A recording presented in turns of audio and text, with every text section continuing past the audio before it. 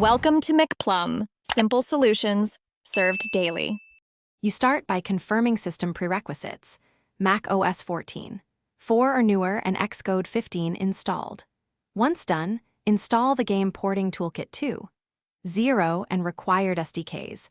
This gives you the toolchain and runtime hooks you need.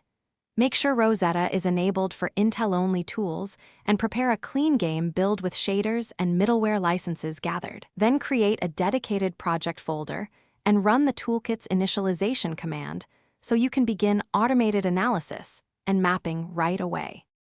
You run the toolkit's automatic API translation and inspect its mapping report. This reveals unmapped or problematic calls you must fix manually.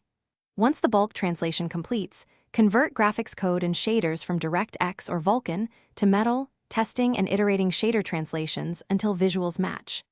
Next, integrate input, audio, and platform services, and adapt threading and file I/O to Mac OS expectations. Throughout, profile frequently to spot performance regressions and address them as you adjust engine subsystems. You complete by running full end-to-end QA on both Intel and Apple Silicon, fixing platform-specific crashes and ensuring feature parity. Once stable, optimize using GPU and CPU profiling, address stalls, reduce draw calls, and tune memory and I/O to hit target frame rate. Then package the app with required entitlements, notarize, and validate installers and DRM.